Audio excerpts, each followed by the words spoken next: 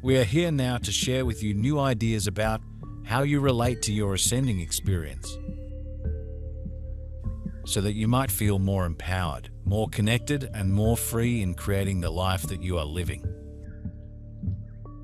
The increasing time wobbles can cause us some overwhelm and unsettling feelings of vulnerability. There could be more extended heightened anxiety and even depression as the collective lands into the new unknown territory of the new cycle. These are perfectly normal responses when we receive increasingly stronger floods of new codes of creation.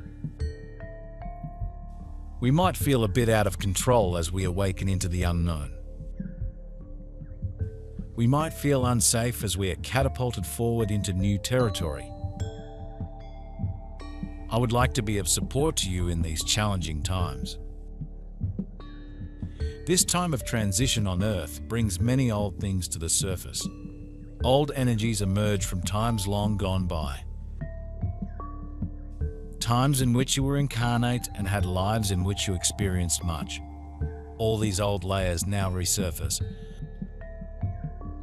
I would like to speak of these old times today to bring you to a deeper understanding of yourselves, of who you are here and now. You are old, ancient beings who carry within a great deal of experience. Long journeys through time and space you have made, and not just on planet Earth. If you are aiming to achieve ascension or enlightenment, then I agree that you need to fully commit and be disciplined. But what about all the people who are just looking for a happier, more fulfilling life through spirituality? Should the same discipline be applied?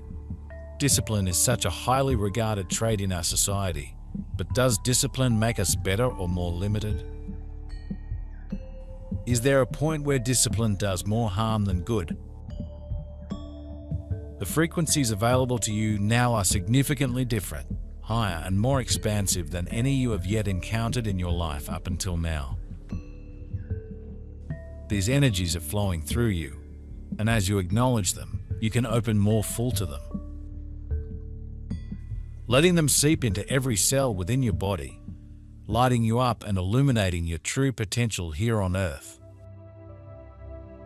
Each of you came to Earth with intentions that are shaped by your unique arrangement of experiences and the frequencies you felt you could contribute to the golden future. Open within you, are activated, and then begin to infuse your field and emanate from your presence. But the new symptom that has emerged recently feels like our cells are quivering and dropping old dead weight, much like an insect that sheds its exoskeleton. Our minds cannot perceive this level of releasing of the past cycle, as this was put in place before individual consciousness was anchored. But we can certainly feel this happening deep in our bodies. We are on the flip side of this massive transformation. In other words, it now has its own momentum. It feels like old timelines are collapsing. The past, present, and future are converging. We are being asked to take life with a step-by-step mindset and live from our hearts, not our minds, and in the present moment. A lot is going on, so take a moment and credit yourself for how far you've come. There was never a beginning, but for the sake of this story, I speak of a beginning in time. Because there was a starting point to the large cycle of lifetimes in which you are now caught up. I'm taking you to the time of your birth as an individual soul, was an altogether new phenomenon in the universe. Being separate and individual enables you to gather a multitude of experiences and, yes, illusions as well. But that does not make it less valuable. In being separate from the whole and experiencing the illusions that go with it, that you can discover what is not. You can discover an illusion and experience it from the inside out. At first, this was not possible. At first, there was the one and nothing outside of it, like an undifferentiated ocean of love and oneness. Now try and experience fear and ignorance from in there. In the end, I chose to stop participating in this particular meditation because I did not want to imagine myself overindulging in anything. It just didn't feel right to me. However, I can see the benefit in a meditation like this if you have a true addiction to something that you just can't stop overindulging in. The key word here is overindulging. There is a big difference between a life-enhancing indulgence and harmful overindulgence. This is important to understand because thinking that all indulgences are bad for you is a very unbalanced approach to spirituality. What I have come to realize is that some people seem to think that if you restrict yourself from anything pleasurable, you become more spiritual. The foundation for this belief can be found in many religions, which teaches that discipline and suffering make you a more spiritual being. That you call forth all of your energy from anywhere you may have left it and draw it back to you. It is important now to live in the present moment, centered in your heart and consciously aware of who you truly are, a divine eternal field of light flowing into presence here. As you are present in the moment, you allow yourself to have all that you need. We suggest that you notice this. You are abundantly resourced. In the present moment, you are available to all that will foster your thriving. All that you have created flows into form and experience as you are aligned and clear and open to this transformative flow of light and energy. The experience of embodiment is moving into an experience of heart-centered presence and an experience of flow. As you are aware of this, you can be still and feel your radiant heart center. Feel it emanate from you. Feel your inner smile and the glow, the radiance of your own heart light. Aware of this luminous radiance, you are aware of your own perpetual flow. Light codes are expanding in each cell of our bodies, cracking away the old core codes anchored in the past cycle. It is dead weight now, and to dust it will return. We are crossing the bridge to a new world.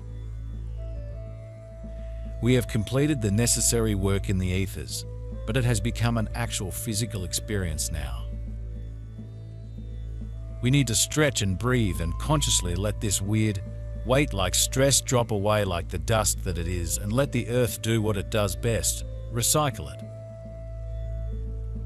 This was a hard transition as we had become attached to that movement as the answer or even the ultimate destination. But little did we know it was only a preparatory stepping stone to launch us into this new cycle. What was birthed within on that day and is being realized now is an evolved, twice-born spirituality.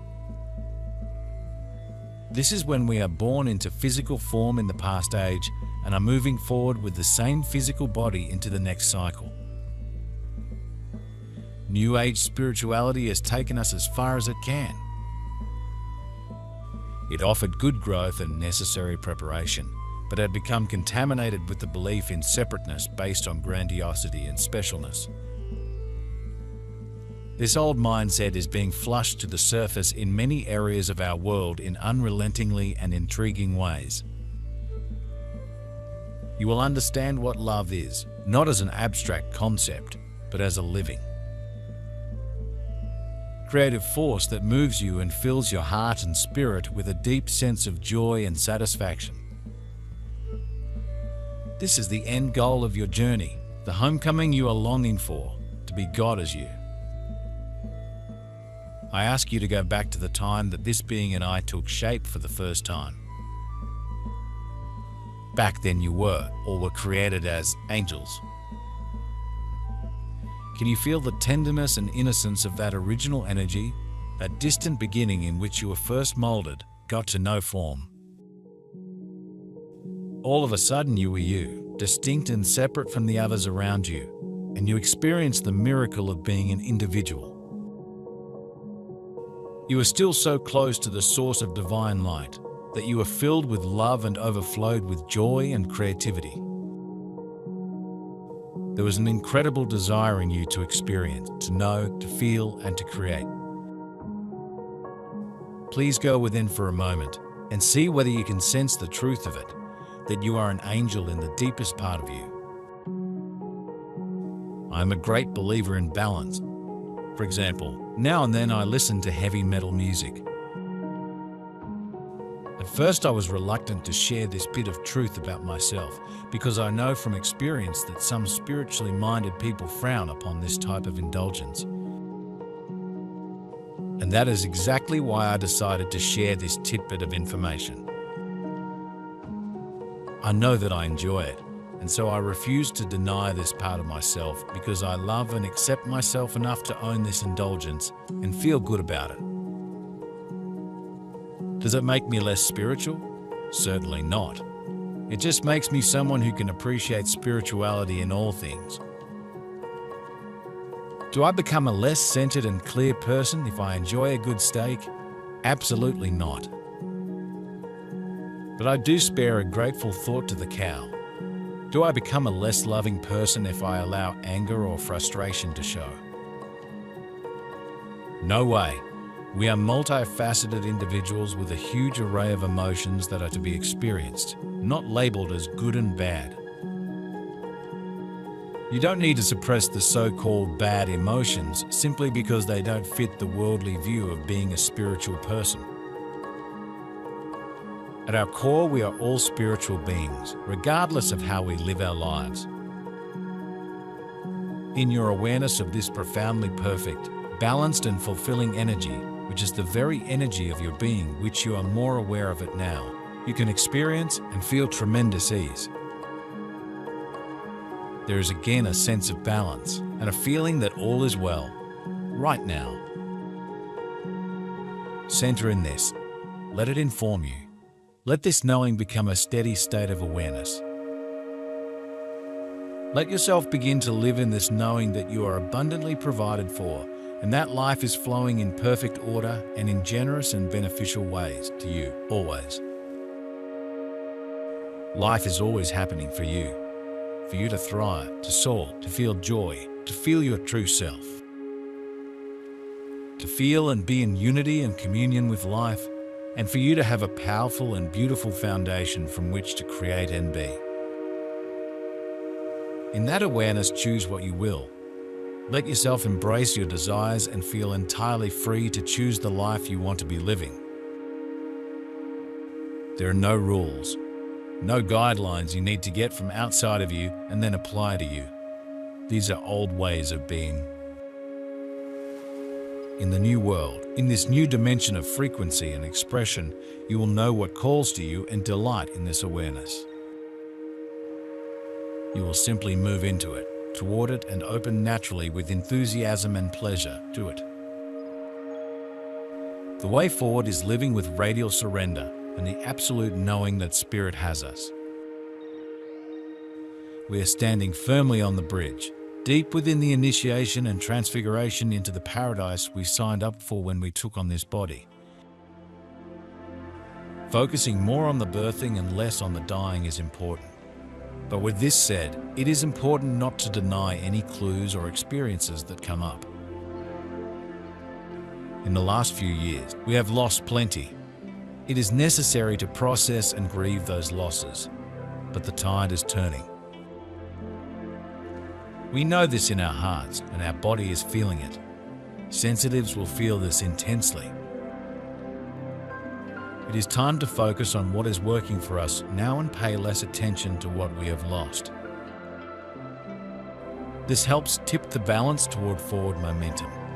This is radical grace and universal love in action. Acknowledging the past and our stories as the past has helped us develop deep wisdom, but consciously put our energy toward the future. The universe pays attention to everything we communicate. 10% of this is mere words. But the big point is the universe pays attention to what we are feeling, what our intentions are, what our motivation is, and our actions as well. The universe pays attention to the whole of us, not just how we have learned to control our spoken words. This holistic communication to the universe creates a unique and personal algorithm just for you. This is absolute unconditional, non-judgmental, universal consciousness at work. Now imagine that you are contributing to the development of life on Earth. Slowly, life evolved on Earth through the presence of material elements which offered a broad range of possibilities for consciousnesses to incarnate in material forms or bodies, minerals, plants, and later on, animals. And you were deeply involved in this process of creation. How? You were the angels and devas who supported and nurtured the vegetable kingdom, who knew the web of life on Earth intimately and cared for it deeply. You have also provided animal life forms with love, care, and etheric nourishment. Memories you carry of paradise or the Garden of Eden, of a perfectly balanced nature in which you participated as caregiver and keeper of life, stem from this ancient age. You were not incarnate yet then, but hovering between the ethereal and physical realms. You were an angel on the verge of being born into matter. Remember the innocence of that age. Remember what it was like to be this angel consciousness and how dearly you loved the earth and all manifestations of life on it. Feel the childlike aspect of your consciousness back then. You were like children playing in paradise, always in the mood for adventures, kidding around, laughing, experiencing the joy of freely expressing yourself in a safe environment. Despite your playfulness, you were in great awe of the guiding laws of life, and you would not think of treating life forms with anything less than deep fondness and respect.